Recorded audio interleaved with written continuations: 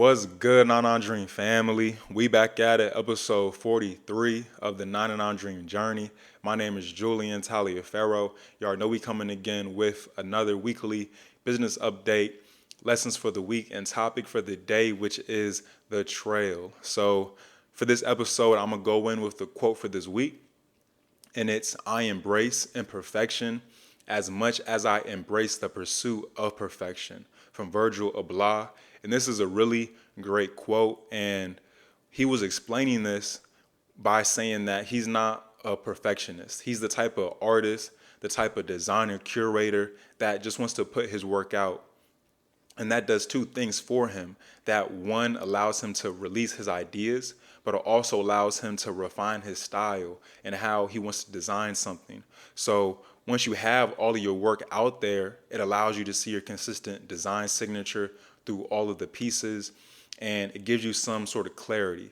And even when you embrace imperfection, it doesn't make everything so serious. You can flow through your ideas. You can be a true creator and not worry about what you're putting out because you're just being authentic with what you make. So that's the quote. I embrace imperfection as much as I embrace the pursuit of perfection from Virgil Abloh.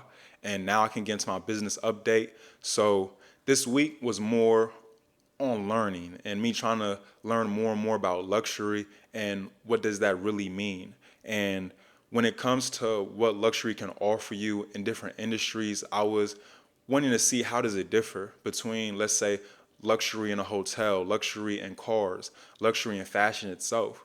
So I was able to look at a couple of company strategies in the past, trying to look into the history of that, but then also looking at luxury fashion a lot more.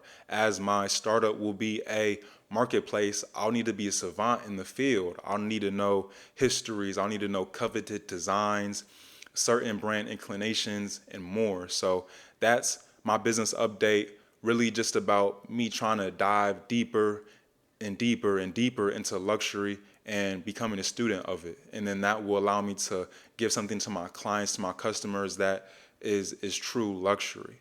So that's my business update. And now I can get into my lessons for the week, and I have two of them. So the first one is something that I've read, and it was about Picasso. And it was saying how Picasso made a piece of art every single day from the day he was 17 until he died. And the lesson from this to me was just to express yourself daily. Always try to find some sort of medium for you to express yourself through, whether it's journaling, whether it's writing, whether it's being creative in some sort of format. Find a way to express yourself and release your ideas. And I think that'll just help you when it comes to a point where you may have some sort of blockage with your creativity. If you're consistently putting out your ideas, then it'll become natural. And if you do come to a blockade, you'll know what to do when you kind of get to that point, if that makes sense. So that's the first lesson. And the second lesson is when you design something, make sure you put meaning into it. Make sure there is a real underlying purpose on why you made something the way it's made, why you added a curve here, why you made it so, why you changed the colors to a certain color pattern, why you have a certain, like any way you design it, make sure you put meaning into it. And that'll just allow you to, one, back up what you're creating.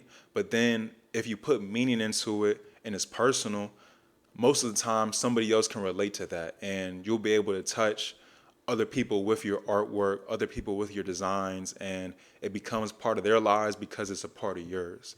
So that's the second lesson. So to recap, the first one is express yourself daily, just like Picasso did.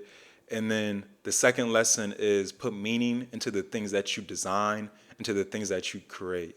And I got this from Virgil Abloh as well. So now with my first two sections out of the way, I can get to my topic for the day, which is the trail. And the reason this is a topic is because I love hiking. I ended up going hiking yesterday in one of the trails in San Antonio around here. And when I was on the trail, it just had me thinking. And this topic is probably going to be a little bit scattered, but I think there is meaning in a couple of the situations that I will bring up. So to start, when you go to a hiking trail, there is usually a couple of different options. There's an easy trail, a medium trail, and a hard trail. And the majority of the time, the hardest trail gets you to the best view.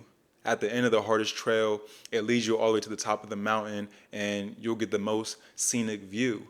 And when you're at the base of the trail, you have to make a conscious and intentional decision on what path do you want to take. Do you want to take the hard path that'll bring you all the way to the top, or do you want to take, let's say, a medium or easy path and only get you an okay view? So you have to really balance and weigh the pros and cons on what are you willing to endure and what do you think you can handle, right? You have to think about that. And even sometimes the easy trail can take you to the same exit point as the hardest trail. And when you make that decision to take the paved road, to take the easy trail and make it to the top, it can feel good for a second, but there is no real satisfaction because it took no effort. And when you made it to the top and you look at the people, the hikers who took the hard trail, and you see them all sweating and tired, but you also see accomplishment on their face. You see a sense of contentment for what they did and what they went through. And then you begin to look at yourself and say, oh, what did I really gain from this? And you realize that you came to the trail with two different purposes. If you took the easy trail to get to the best route, you realize you only came to take the easy path and see something nice. But you realize that the person who took the hard trail, they came to gain endurance. They came to gain strength and change themselves. So at the moment when they reach the top of the trail, they know that they've changed, that they can leave with real results. And that's a positive for them. That's a benefit and something that is tangible. That's tangible.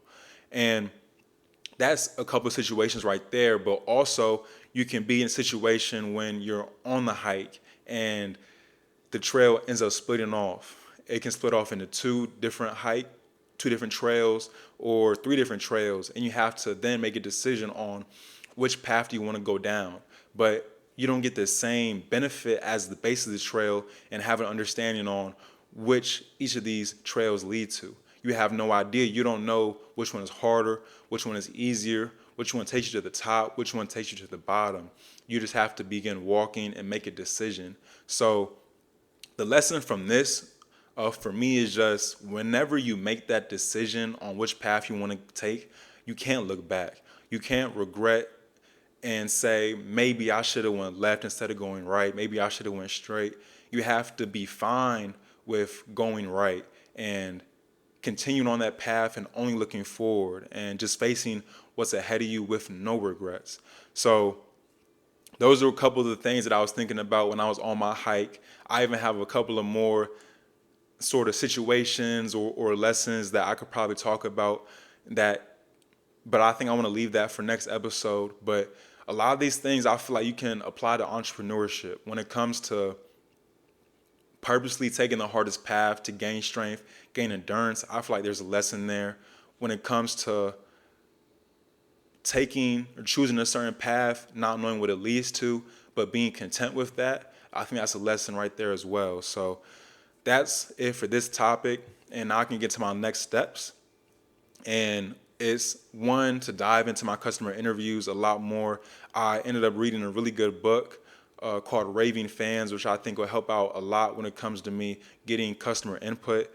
And then also my knowledge of luxury fashion, the whole industry. That's a continuous process, but I need to stay consistent on that and every day try to learn something more and more about that. And that's it for this episode. So, all right, let's get it, y'all. Go and achieve your 99 dream. It's 99 dream because you are going to achieve your dream. And it would be 100%, but nothing is perfect. So you can achieve 99% of that. And let's go and let's get it.